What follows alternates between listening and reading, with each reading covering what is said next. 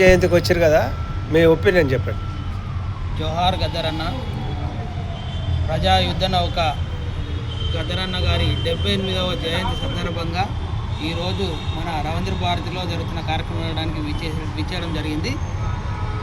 గద్దరన్న తన ఆట పాట మాటతో అనేక ఉద్యమాలకు ప్రాణం పోసినటువంటి వ్యక్తి. బాధాకరమైన విషయం ఏంటంటే ఇప్పటి వరకు మన రాష్ట్ర ప్రభుత్వం గద్దరన్న స్మారక కళాక్షేత్రానికి స్థలాన్ని కేటాయించలేదు.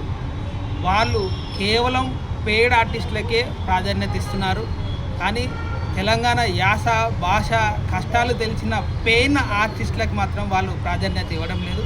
ఇప్పటికైనా ఈ ప్రభుత్వం కళ్ళు తెరిచి ఈ గద్దరన్నకి స్మారక క్షేత్రానికి స్థలాన్ని కేటాయించాలని మేము ఈ సందర్భంగా కోరుతున్నాం. విగ్రహం పెట్టిరా ఏమన్నా క్షేత్రం తర్వాత గద్దరన్న విగ్రహం ఎక్కడైనా ప్రారంభం చేయించారా? లేదు, ఎక్కడ లేదు. మరి అది గిట్లా అడగాలి కదా అన్న. ఇక్కడ ప్రభుత్వం కూడా ఇప్పటి వరకు ఎలాంటి మరి విగ్రహాన్ని పెట్టలేదు. ఇప్పుడు తెలంగాణ ఉద్యమంలో అంతో ఎంతో పెద్దన్న పాత్ర పోషించిన గద్దరన్న విగ్రహం క్షేత్రం పెట్టకుండా మరి ఒక ఓసీ కమ్యూనిటీకి సంబంధించిన జైపాల్ రెడ్డికి ఆయన జ్ఞాన స్మృతి అనే స్థలి అని పెట్టారు కదా, దీన్ని మీరు ఏ విధంగా ఆలోచిస్తారు? జైపాల్ రెడ్డికి ఉన్నంత వాల్యూ గద్దరన్నకు లేదంటారా? తెలంగాణలో ఉన్న వాల్యూ జైపాల్ రెడ్డి గారికి లేదు. మరి ఆయనదైతే పెట్టిండు రేవంత్ రెడ్డి గారు. వాళ్ళ ప్రభుత్వం ఉంది, రెడ్ల రాజ్యం నడుస్తున్నది, రెడ్ల దొరల రాజ్యం నడుస్తున్నది కనుక వాళ్ళకు నచ్చినట్టుగా వాళ్ళు పెత్తనం చలాయిస్తున్నారు. మరి దీన్ని ఏం చెప్పాలనుకుంటారు తెలంగాణ ఈ విషయం మీద? తెలంగాణ ప్రభుత్వాన్ని తీవ్రంగా ఖండిస్తున్నాము. మేము చెప్పేది ఏంటంటే ఇప్పటికైనా వాళ్ళు కనువిప్పు చేసుకొని గద్దరన్న విగ్రహాన్ని ట్యాంక్ బండ్ పైన పెట్టాలని మేము కోరుతున్నాం. ప్రజలు కూడా కోరుతున్నారు.